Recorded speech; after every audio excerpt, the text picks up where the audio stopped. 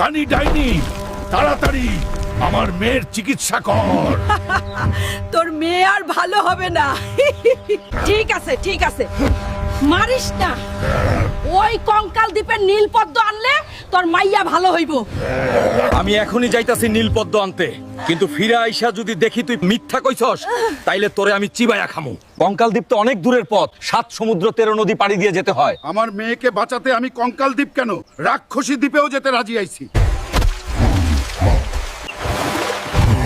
কঙ্কাল দ্বীপ, আমি আসতাছি, তুই নীলপদ্ম রেডি রাখ।